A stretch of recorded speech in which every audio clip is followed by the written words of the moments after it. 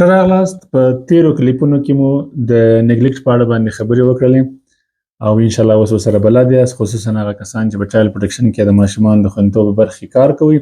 نن یو څه خبرې کوو د نیګلیکټ پر کازز باندې یا پر عواملو باندې.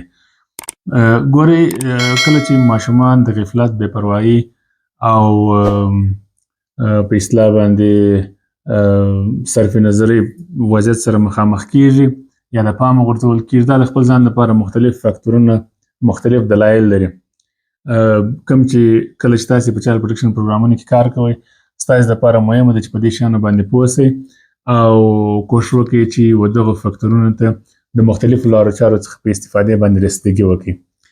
اول دا دی چې په دې کې بعضې فاکتورونه دي چې موږ د پیرنټل فاکټرز په نامه سره یادوو.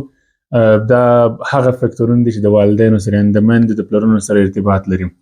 هغه دا دی چې کله کله ماشومان په دې وجه باندې د نیګلیکټ سره مخامخ کیږي چې والدینو کې بعضې ستونزې وي. په هغه کې کیدلی شي چې والدین په نشه یي موادو باندې روږد وي، کیدای شي چې والدین رواني او احساساتي ستونزې ولري، کیدای شي والدین د مورولۍ، پلارولۍ هغه مهارتونه کوم چې اړین دي هغه ونه لري.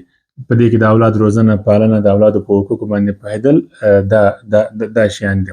دا یو اندازه فاکتورونه دي چې دې کې نور هم شته چې دا کیدلی شي چې پر دې باندې کتنه وسي، غور وسي او پر دې باندې کار وسي. دوهمه کټګوري د فاکتورونو چې ده هغه اقتصادي دی، چې اکثره وختونه ماشومان په دې خاطر باندې نیګلیکټ سره مخامخ کیږي چې والدین او کورنۍ د فقر، اقتصادي ستونزو سره مخامخ وي. دوی په کافي اندازه باندې مالی منابع او امکانات نه لري او په دې وجه باندې کیدای شي چې د دوی لپاره د ژوند نور اساسي اړتیاوې ډېرې زیاتې مهمې وي تر دې چې دوی خپل اولاد ته توجه وکړي، یا په تعلیم او صحت او سرپناه او لباس او په نورو شیانو باندې سر وګرځوي.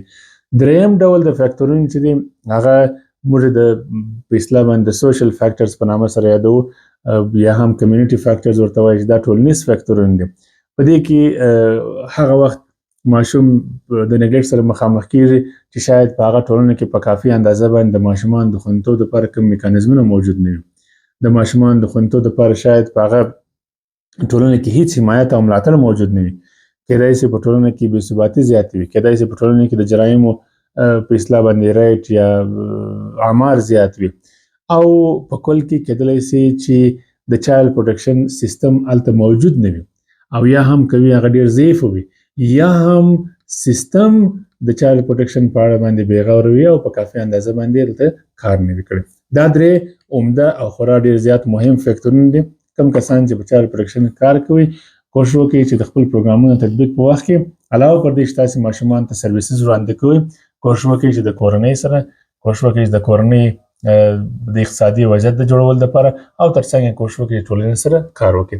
خو په کل کې کله چې طبیعي او انساني آفات پیښیږي، معلومه خبره ده چې ماشومان په دې کې زیان ویني، او موږ په همدې خاطر باندې وایو ځکه چې دوی ولنریبل دي، دوی په ډېرې زیاتې اسانۍ سره زیان او ضرر قبلوي.